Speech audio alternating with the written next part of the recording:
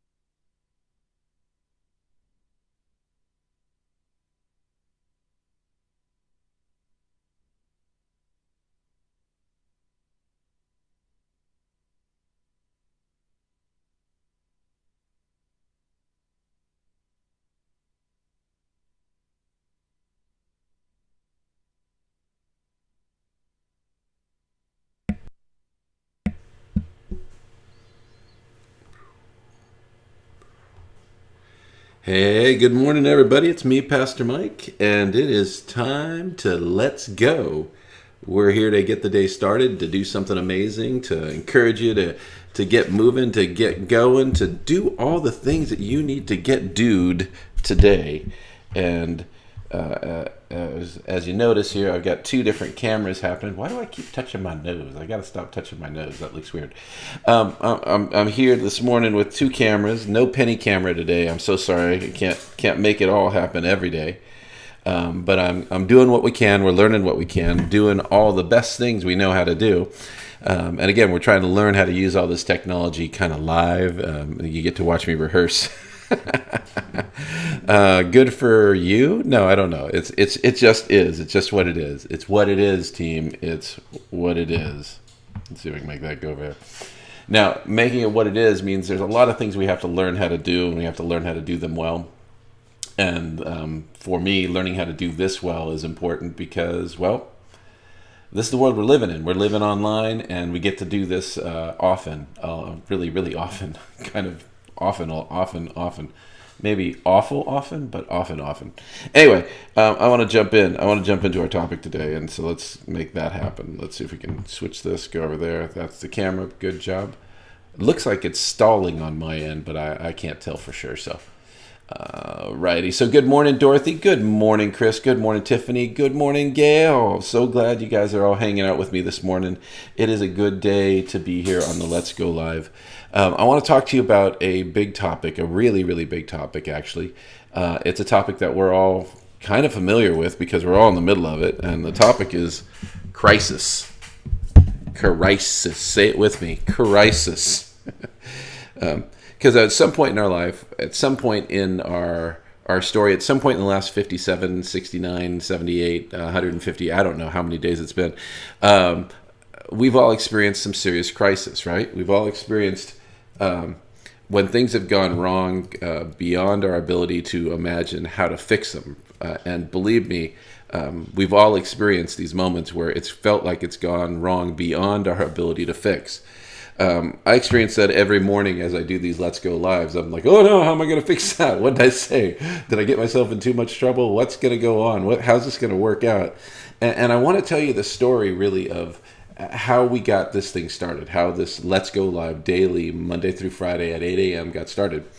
And it was early in the crisis, early in the pandemic that I tuned in and I got to see my friend Jon Acuff. He's not really my friend. I say that to about a lot of people that I've seen on the concert on the conference circuit where you get to talk to people and stuff like that, and you maybe shook a hand and you shared how great their presentation was and how meaningful it was. Jon Acuff is one of those guys in my life, and I consider him a friend, even though I probably doesn't even know my name. So Jon Acuff started doing this thing called the Get Up, And I said, well, that is a fantastic idea. I think I can steal that. And so instead of stealing it, I imitated what he was doing, and here we are, some 60, 70 days later, and I'm here to encourage you, here to invite you to step into this full day and do the best you can with what you got. And like I said, we're in the midst of crisis, and John started out by talking about how we all hit these crises, right? And he said something that sparked an idea in me. And I got to figure out how to do things again. I got to learn how to do things. And it's that God never wastes a crisis, right? God never, ever wastes a crisis moment in our lives, in our story, in our story of faith, in our family. A crisis is never, ever wasted. I want to say good morning to some folks before we dig in. Good morning, Kitty. Good morning, Susan. Good morning, Nancy. Wow, it's good to see you. It's good to see you in the comments. Be sure always make comments all the way through. If I say something silly, something stupid, something exciting, something you agree with, just make a comment on it. And as always, hit that share button in order to help us grow our reach and let more people know that we're here and we're doing some fun stuff. So God doesn't waste a crisis ever. There's never a thing that's gone wrong in your life that God hasn't put some nugget that you can win from, learn from, grow from, right? And as we learn how to leverage crisis, we really get to figure out, well, how am I going to make it through this? Because crisis is always that moment. It's the stop sign with multiple different destinations. It's multiple different places to go. What's my destination going to be? Because when you hit a crisis, you quickly have to make hard decisions rapidly. Rapido. It's like when you're on the freeway and someone hits the brakes in front of you hard, and you have to decide if you're going to hit the brakes and stay in your lane, hit the brakes and go left, hit the brakes and go right, or you're just going to try to swerve and get around it. That's a crisis moment, right? And a crisis can stall you. A crisis can absolutely cause you to get stuck, to stall, to rear end someone and go, that's it. That's my crisis. What I learned. I should have zigged when I zagged. I should have swerved when I stayed. You learn something in that crisis. Let's go here. Learning how to do these things while we do it. And what I know is that a crisis can stall you, and a crisis can teach you. You see, there's never a moment in a time of crisis where we aren't at our most teachable moment. We are learning rapidly when things are not going right, because we're always trying to figure out, well, what can I do? How can I make this go right? How can I make this go better? How can I get to the place that I want to be? A crisis has the ability to teach you, and that's fantastic. So the question I want you to start out with is, what have you learned about, what have you been taught, or what did you teach yourself, or what did you experience that gave you teaching or knowledge in the middle of this crisis? Put it in the comments right now. What is something that in this crisis you've learned? Like, I've learned how to do live streaming. I've learned how to use multi-camera. I've learned that what I thought I could never do is something that I've now done for 70 days, I think it is. I think that's how many days we've been doing this. And that was something impossible, right? That was an impossibility. Like, oh yeah, Mike, you're going to do a 15-minute web show to encourage 15 to 75 people every day. Yeah. That'll never work. No one's going to buy into that. No one's going to jump into that. But yeah, a crisis taught me that's something that I can do. Now, a crisis can also, now please remember, put that in the comments. Tell me what this crisis has taught you about you. And a crisis can also reveal you. See, a crisis also has the ability to show you things about yourself that you don't want to see, don't want to know, don't want to experience. Because again, in those crisis moments, we may find that our natural tendency is to stall, and no one wants to be revealed as someone that stalls. A crisis may reveal the fact that that our tendency is to revert to fear instead of faith. A crisis may reveal that you are much tougher, much stronger, much more resilient than you ever thought you were. Now, and this is all the things that come out of a crisis, and God's not going to waste this crisis, and you need to leverage this crisis for things that you've learned about yourself and things you've learned about others. As always, I'm saying this to so many people. We have to lead with forgiveness, right? We have to lead with grace and forgiveness. Our culture right now is a culture that does not provide grace, doesn't provide any forgiveness. This whole idea of people being Karens, that's just for me, that just breaks my heart. It's like, oh yeah, we found someone else we can make fun of now, and that's our target du jour today. And didn't we figure out that a lot of what's going on is because we've made people targets? No, we haven't figured that out, and we continue to make those same mistakes. So I encourage you to be forgiving and give people all the grace that they require, the extra grace, and wait for forgiveness, because it comes. Grace, forgiveness, redemption. That's the pattern. Grace, forgiveness, redemption.